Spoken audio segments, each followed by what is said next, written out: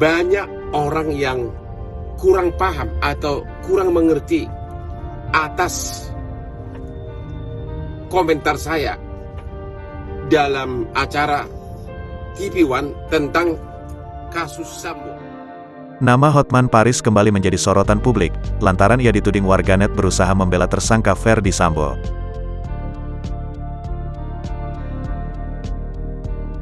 Mengetahui hal ini, sontak saja Hotman Paris menegaskan jika dirinya hanya memberikan analisa dua sisi berdasarkan teori hukum.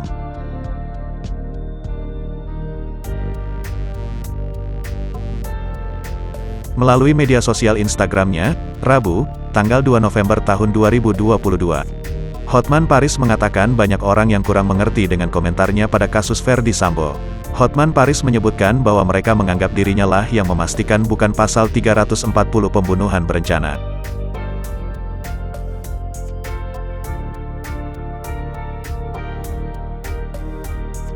Hotman Paris menegaskan bahwa di acara TV tersebut hanya mengatakan dua kemungkinan yang bisa terjadi dalam kasus Ferdy Sambo.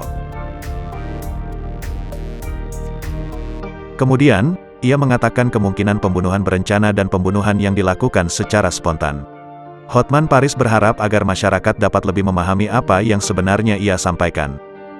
Mereka menganggap bahwa seolah-olah saya berpendapat bahwa seolah-olah sudah pasti bukan pasal 340 pembunuhan berencana.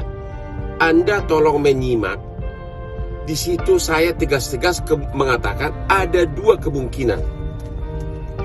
Yaitu kemungkinan bisa kena pembunuhan berencana 340 karena ada waktu berpikir untuk memindahkan lokasi kejadian perkara dari rumah pribadi ke rumah dinas, sehingga ada waktu jeda berpikir.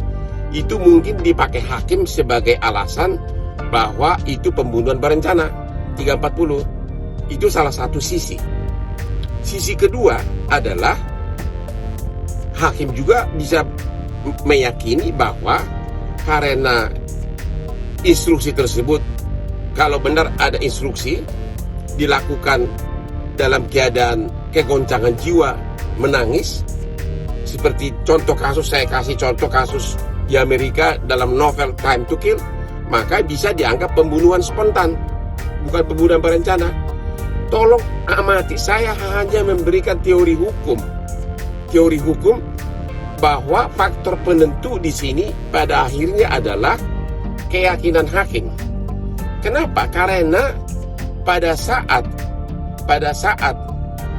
Ricky maupun Brada E dipanggil, ya, tidak ada saksi lain, dan itu pengakuan yang saya pakai sebagai dasar analisa adalah pengakuan dari Ricky maupun Brada E di BAP konfrontir yang mengatakan bahwa pada saat dia dipanggil satu-satu terpisah, Sambo itu menangis menceritakan apa yang dialami oleh istrinya di Magelang. Itu atas dasar BAP, bukan pendapat Hotman Paris.